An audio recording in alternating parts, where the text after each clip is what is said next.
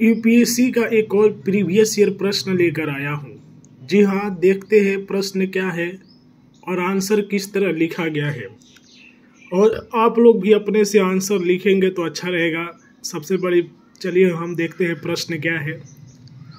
एक आयोग के संविधानीकरण के लिए कौन कौन से चरण आवश्यक है? क्या आपके विचार में राष्ट्रीय महिला आयोग को संवैधानिकता प्रदान करना भारत में लैंगिक न्याय एवं सशक्तिकरण और अधिक सुनिश्चित करेगा? कारण बताइए और 250 शब्दों में लिखना है। लिखने का जो तरीका है वह है उत्तर लिखना, उसके बाद भूमिका। किसी भी प्रश्न का सबसे पहले भूमिका जरूर लिखना चाहिए।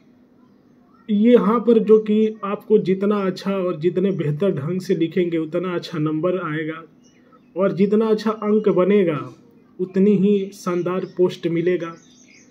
तो राष्ट्रीय महिला आयोग का गठन एक वैधानिक संस्था के रूप में जनवरी 1922 में किया गया। इसके लिए भारतीय संसद में national commission for women act 1990 पारित किया गया। इस आयोग का उद्देश्य घर या घर के बाहर महिलाओं के सुरक्षित जीवन के सभी क्षेत्रों में अवसर की समानता के लिए उन्हें सशक्त करने की प्रवृत्तियों को बढ़ावा देना है। आयोग की भूमिका: महिलाओं के लिए संवैधानिक तथा विधिक सुरक्षा उपायों की जांच तथा निरीक्षण करना, महिलाओं को प्रभावित करने वाले अन्य कानूनों के विद्यमान प्रावधानों की समीक्षा करना तथा प्रभावकारी कार्यान्वयन के उपायों पर सरकार को सिफारिश करना। एक और चीज कहेंगे, अगर जो भी लोग वीडियो देख रहे हैं, यदि आप लोग कुछ भी अपने जिले में, अपने क्षेत्र में, अपने ग्राम में सुधार करवाना चाहते हैं तो आप लोगों को अधिकारी के पास अपना मैसेज पहुंचाने की कोशिश करें। इनके पास बहुत ही नीतियाँ होती है, ये नीति मेकर होते हैं। किसी भी समस्या पर इनका समाधान होता है। हालांकि लोगों का आवाज़ अधिकारी के पास पहुंचता नहीं है और जो भी लोग अगर पहुंचाना चाहते हैं उनको मैं बताना चाहूँगा।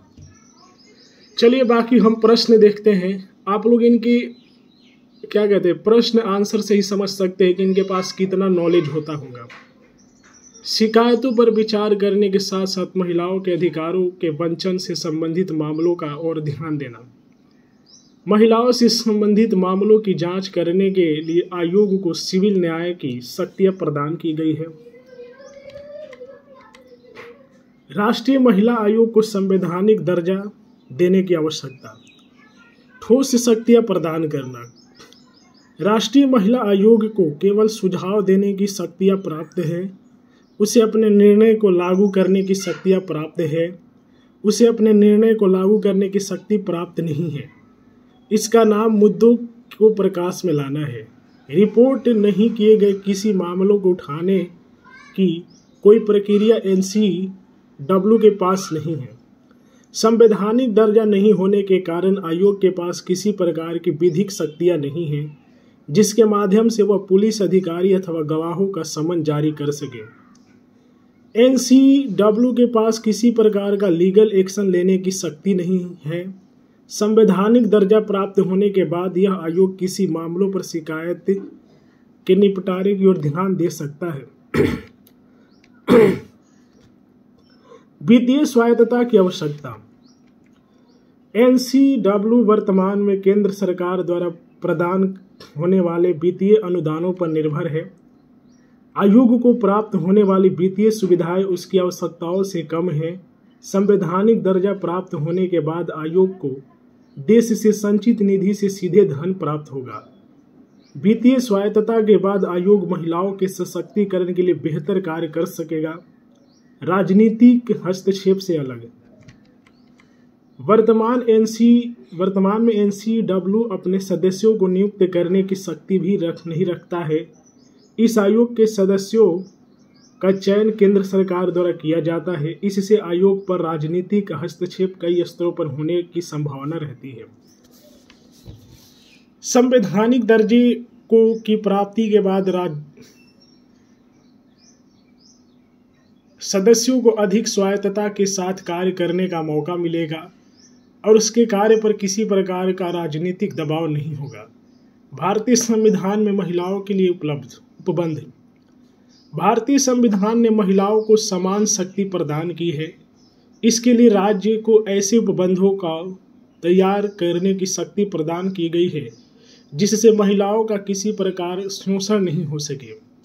सामाजिक, आर्थिक तथा शैक्षणिक स्तर पर महिलाओं के विकास का प्रावधान संविधान में किया गया।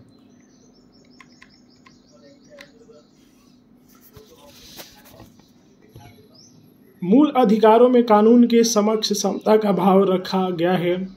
कानून के समक्ष सभी को समान समझने की प्रक्रिया है।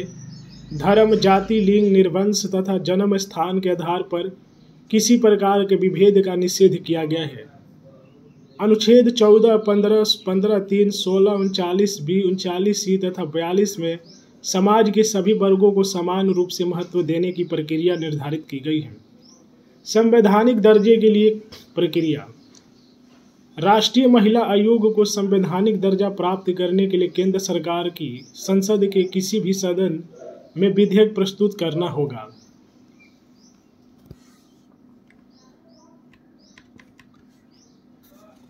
संविधान संशोधन विधेयक को 2/3 बहुमत से संसद के दोनों सदनों से पारित होने के बाद 50% राज्यों की विधानसभाओं से पारित होना अनिवार्य है। इस संकल्पित विधेयक पर राष्ट्रपति के हस्ताक्षर के उपरांत अधिनियम के रूप में इसे गजट में स्थान दिया जाएगा।